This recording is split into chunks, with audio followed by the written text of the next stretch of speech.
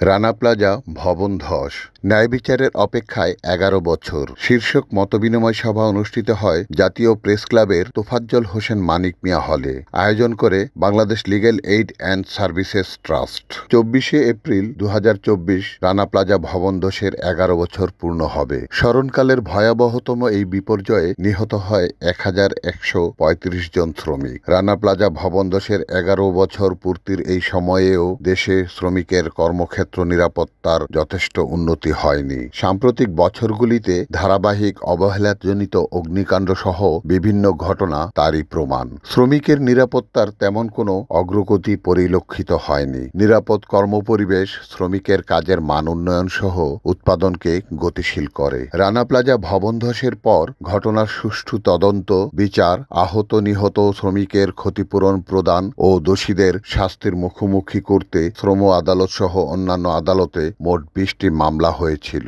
এ সকল মামলার বর্তমান অবস্থা, শ্রমিকের ক্ষতিপূরণ, চিকিৎসা ও পুনর্বাসন পরিস্থিতি, ন্যায় বিচার নিশ্চিতে সংশ্লিষ্টদের ভূমিকা যথেষ্ট কিনা এবং ন্যায় বিচার প্রতিষ্ঠায় সরকারি ও বেসরকারি পর্যায়ে করণীয় নিয়ে আলোচনা হয় মতবিনিময় সভায়। আমি প্রথমেই একটা কথা বলবো যে রানা প্লাজায় আমার অঙ্গহানি হয়েছে। যদি কোনো মানুষের একটা অঙ্গহানি হয়, উনি বোঝে যে তার কতটা জ্বালা। একটা ছোট্ট পাখি যদি একটা খাঁচার ভিতরে থাকে, তাহলে ওই পাখিটা বেরোয়ার জন্য অনেক চেষ্টা করে, কিন্তু আমার চেয়ারের ভিতরে এই গরমেও আমি এইটা দিয়ে আসছি। এটা দিয়ে আমার কিন্তু আমি বলতে চাই এই জায়গায় আজকে ১২ বছর হয়েছে আমাদের রানা প্লাজা ধ্বংস হয়েছে, দুর্ঘটনায় আমরা কবলিত। কিন্তু যদি একজন সরকারি কোনো লোক মারা যায়, তাহলে ফুল দিয়ে তার শ্রদ্ধা নিবেদন জানানো হয়, তার কবরটারে মাজারের মতো বানানো হয়। কিন্তু আমরা হাজারো শ্রমিক ওই রানা প্লাজায় জীবন দিয়েছে, কিন্তু আজও পর্যন্ত ওই রানা প্লাজার ওই জায়গাটারে ক্ষত বিক্ষত করে রাখছে, নর্দমা করে রাখছে। মানুষ পায়খানা করে, প্রস্রাব করে, যা খুশি তাই করতে পারে।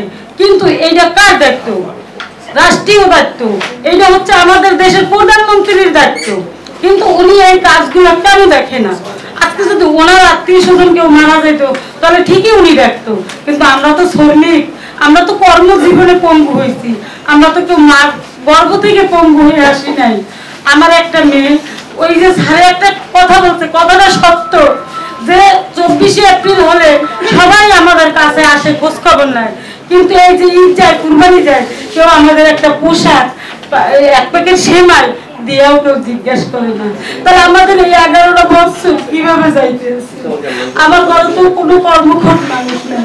ছাড়ে আমার ২-৩ বার হেল্প করছে। আমি এই টাকা দিয়া আমার মেয়ের একবার আমার মেয়ের মেডিকেল পরীক্ষা দেওয়া হয়েছে, শুধু ৩ পয়েন্টের জন্য। আমার টাকার অভাবে যদি আমি ওইখানে টাকা জমা দিতে পারতাম, আজকে আমার মেয়ে সরকারি একটা চাকরি পেত, সরকারি নাচ হইতে পারতো। কিন্তু শুধু টাকা, এই জগতে টাকা যার আছে সেই অনেক ধনী ব্যক্তি। যার টাকা নাই তার এই জগতে বাঁচতে থাকার কোনো অধিকার নাই। আমার হাতে এই যে আমরা যে চিকিৎসা পাই, আমার প্যাডে এই ১.৫ বছর ধরে টিউমার ধরা খাইছে পাকস্থলীর ভিতর সাইডে। কিন্তু আমাদের সরকারি চিকিৎসায় আমাদের ঝিমাইয়া করতে হয়, ডাইরেক্ট আমার পেট দিয়ে রক্তকরণ হয়। কিন্তু আমাদের যে চিকিৎসা চলতে আছে বর্তমানে, ট্রাস্ট থেকে আমাদের চিকিৎসা দেয় যতটুকু সম্ভব। এবং আমাদের দাবি, আমরা যে ক্ষতি হয়েছি, আমরা মানুষের কাছে আর হাত পাততে চাই না। আর কতদিন ভিক্ষার হাত চালাবো? আমার মতো একটা নারী, কথাটা যদিও বলতে অনেক কষ্ট হইতেছে, যদি কারো কাছে সাহায্য চাই, বলে কি দেহ ব্যবসা করো, তো এইটা কি সম্ভব বলেন? কিন্তু আমি এই প্রতারণায়ও আমি এই জগতে বাচ্চা আছি শুধু আমার একদিন সন্তানের জন্য। তা আমার মতো সেটা থাকার কথা কোথায়? স্বামীর ঘরে। কিন্তু আমি যে এইটাও করবো, এটাও আমার পক্ষে সম্ভব না।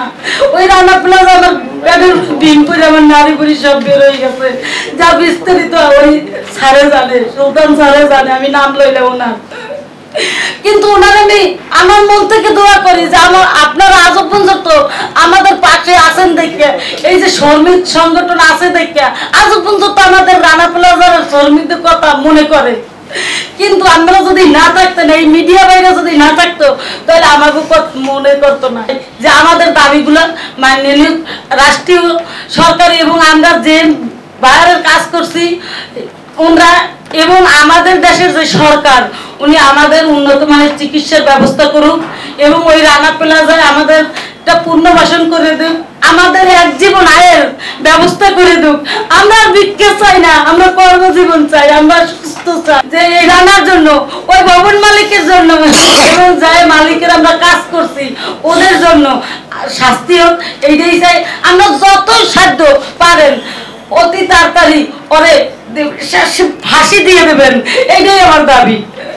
ফাঁসি দিয়ে দেবেন, এত ফাঁসি দেবেন যে আমরা যে পঙ্গু কষ্ট করি এই কষ্টটা যেন উপভোগ করে। যদি এরকম কোন আইন থাকে, এই আইন আপনারা গঠন করেন, এটাই আপনাদের আমার অনুরোধ। এখন আমাদের সাক্ষীর জন্য ডাকছিল 21 তারিখে, আমাকে প্রশ্ন করা হয়েছে যে তুমি রানার শাস্তি চাও। হ্যাঁ, আমি রানার শাস্তি চাই। সেই হিসাবে আমার প্রধানমন্ত্রী আমাদেরকে ডেকেও আমাদের কিছু টাকা পয়সা দিয়েছে, আমরা সেই টাকা পয়সা দিয়ে মেয়েটাকে এই পর্যন্ত লেখাপড়া করাইতেছি, এবং মেয়েটা যদি ভবিষ্যতে মানে পরের ঘরে আমি দিতে পারি ভালো মন্দভাবে, এই আশা রেখে, এবং কি আইনগতভাবে যেটা শাস্তি হওয়া দরকার রানার, সেই শাস্তি যেন অবশ্যই হয়। এবং ওই সাভারের যে জায়গাটা আছে, ওই জায়গাটা আসলেও অনেক, আমি যাইতে আসতে অনেক সময় দাঁড়াই, দেখি ওখানে দাঁড়ানোর মতো কোনো ব্যবস্থা নাই। যদি আইনগতভাবে সেটা একটু দেখার দরকার হয় আপনাদের।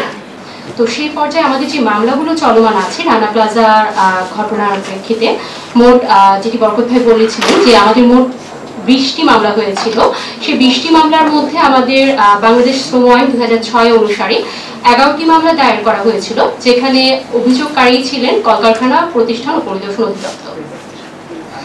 সেখানে 5টি মামলা দায়ের করা হয়েছিল 25/4/2013 তারিখে, এবং পরবর্তী 6টি মামলা দায়ের করা হয়েছিল 28/4/2013 তারিখে, যেখানে অভিযুক্তদের মধ্যে বজলুল সামাদ, দেলোয়ার আহমেদ এবং সোহেল রানা, আমিনুল ইসলাম, জাফর আহমেদ সহ মোট 12 জন ছিলেন। এবং 2013 সাল থেকেই মোট 45টি তারিখ গিয়েছে শুধুমাত্র গ্রেফতারি পরোয়ানা জারি পর্যায়ে। এবং আমাদের আরো যে মামলাগুলো আছে সেখানে ফৌজদারি মামলা রয়েছে, যেটি একটি করা হয়েছে ইমারত নির্মাণ আইনের অধীনে। সেই মামলাটি করা হয়েছে যেখানে অভিযোগকারী ছিল রাজু, এবং সেখানে অভিযুক্ত ছিলেন মোট আমাদের এখানে ছিলেন 16 জন, সোহেল রানা সহ। এবং সেই ইমারত নির্মাণ আইনের অধীনে 3 এবং 12 ধারার অধীনে এই মামলাটি করা হয়েছিল, যেখানে মামলাটি 24/5/2015 তারিখে চার্জশিট প্রদান করা হয়েছিল, এবং চার্জশিট গঠন করা হয়েছিল 14/6/2016 তারিখে। এই ঘটনা যে হত্যা মামলাটি দায়ের করা হয়েছিল, সেই মামলাটি 6 মাসের মধ্যে নিষ্পত্তি গ্রহণের জন্য প্রয়োজনীয় ব্যবস্থা গ্রহণ, এবং শ্রম মামলাসমূহের মধ্যে কলকারখানা প্রতিষ্ঠান পরিদর্শন অধিদপ্তরের প্রতিনিধি উপস্থিতি নিশ্চিতকরণে মন্ত্রণালয় থেকে তদারকি বৃদ্ধি এবং গ্রেফতারি পরোয়ানা তামিলকরণের বিষয়ে পদক্ষেপ গ্রহণ, এবং মামলা নিষ্পত্তি না হওয়ার কারণসমূহ চিহ্নিতকরণ, এবং এর সাথে দীর্ঘসূত্রিতা যে হচ্ছে মামলাসমূহে, সেই দীর্ঘসূত্রিতা দায়ী ব্যক্তিদের জবাবদিহিতার আওতায় আনা, এবং দ্রুত বিচার নিষ্পত্তিতে আমাদের যে বর্তমান আইনসমূহ আছে প্রয়োজনে সেই আইনসমূহের পর্যালোচনা পূর্বক প্রয়োজনীয় সংশোধন গ্রহণ, এবং রানা প্লাজা সংশ্লিষ্ট যে মামলাসমূহ আছে সেই মামলাসমূহকে অধিক স্পর্শকাতর মামলা হিসেবে বিবেচনা করা সর্বক্ষেত্রে, এবং এই ধরনের মামলাসমূহের যে অগ্রগতি আছে এবং দীর্ঘসূত্রিতা রয়েছে সেই বিষয়গুলো নিয়ে যে তথ্যগুলো আছে সেগুলো যাতে আমাদের সংবাদপত্রের মাধ্যমে ধারাবাহিকভাবে প্রতিবেদন আকারে প্রচার করা হয় এবং প্রকাশ করা হয়, সেটি আমরা চাচ্ছি। এবং ক্ষতিপূরণ ও পুনর্বাসন সংক্রান্ত আমাদের কিছু সুপারিশ রয়েছে। রানা প্লাজা ও তাজরিন সহ সারা দেশের বিভিন্ন কর্মক্ষেত্রে দুর্ঘটনায় ক্ষতিগ্রস্ত শ্রমিক ও তাদের পরিবারদের সদস্যদের ILO কনভেনশন 121 এবং টর্ট আইন এবং মারাত্মক দুর্ঘটনা আইন 1855 এর ভিত্তিতে শ্রমিকদের সারা জীবনের আয়ের ক্ষতির ভিত্তিতে এবং বিভিন্ন দুর্ঘটনায় যে আদালতের আদেশ আছে ক্ষতিপূরণ সংক্রান্ত, সেই ক্ষতিপূরণ বিবেচনায় ক্ষতিগ্রস্তদের পর্যাপ্ত ক্ষতিপূরণ দিতে হবে, এবং এর লক্ষ্যে জাতীয় শ্রমিক কল্যাণ তহবিল গঠন করতে হবে, এবং আমাদের একটি ক্ষতিপূরণের জাতীয় মানদণ্ড তৈরি করা প্রয়োজন।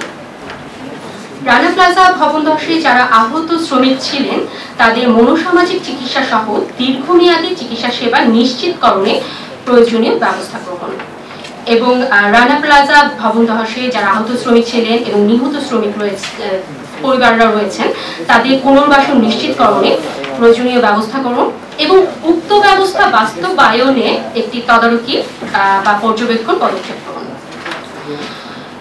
এবং যেটি আমাদের আজকে যারা উপস্থিত আছেন ভুক্তভোগী তাদের মাধ্যমেও এসেছে সেই সুপারিশ আমরাও করতে যাচ্ছি।